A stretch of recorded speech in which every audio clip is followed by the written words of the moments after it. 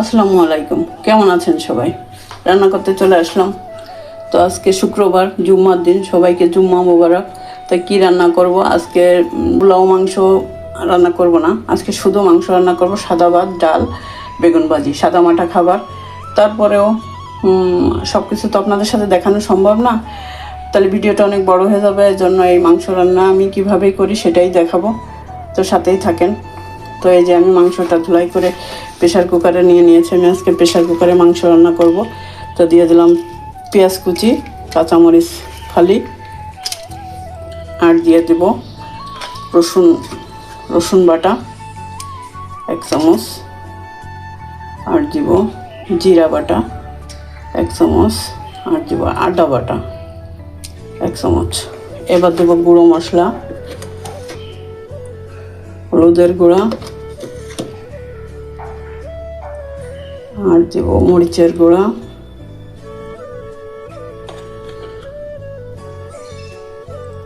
ঝালটা আমি কমই দেবো, আমার বাসায় ঝাল কম চলে। ধনিয়ার গুঁড়া, আর দেব কিছু গোটা মশলা। কয়টা রসুন দিয়ে দেব, আস্ত রসুন। আর চুই ছিল না ফ্রিজে, আমি মনে করছি চুই আছে, ছিল না, 2 পিস ছিল, 2 পিস চুই দিয়ে দেবো।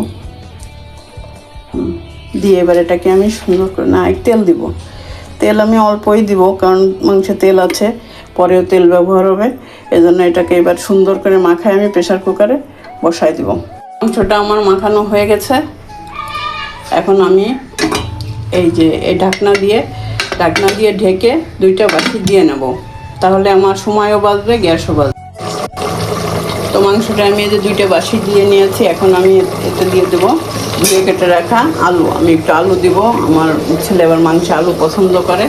এবার আমি এতে দুইটা আলু দিয়ে দেবো। আলু দেওয়ার পরে আরেকটা বাটি দিয়ে নেব।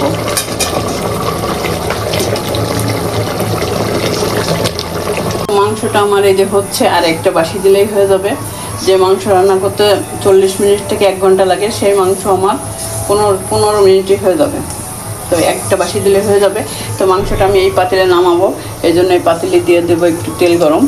তেলটা যখন গরম হয়ে যাচ্ছে তখন আমি এটা দিয়ে দেবো পেঁয়াজ। এই পেঁয়াজ ভাজির ভিতরেই আমি মাংসটা ঢেলে দেবো। যেমন মাংসটা হয়ে গেছে, এখন আমি এই মাংসটা পেঁয়াজ ভেজে রাখছি এই পাতিলে ঢেলে নেব। পরে এই যে আমি প্রেশার কুকার থেকে পাতিলে মাংসটা ট্রান্সফার করে নিয়েছি। এখন কিছু সময় জাল করব, পেঁয়াজ ব্রেস্তার সঙ্গে মাংসটা সম্পূর্ণ মিশে যাবে, তারপরে গুঁড়ো মশলা দিয়ে নামাই নেব।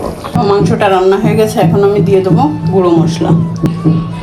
গুঁড়ো মশলাটা দেওয়ার জন্য তরকারির কালারও সুন্দর লাগবে, খেতেও দারুণ লাগবে।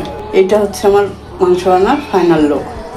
তো রান্নাটা কেমন লাগলো কমেন্টসে জানাবেন। ভালো থাকবেন, সুস্থ থাকবেন। আল্লাহ হাফেজ, আসসালামু আলাইকুম।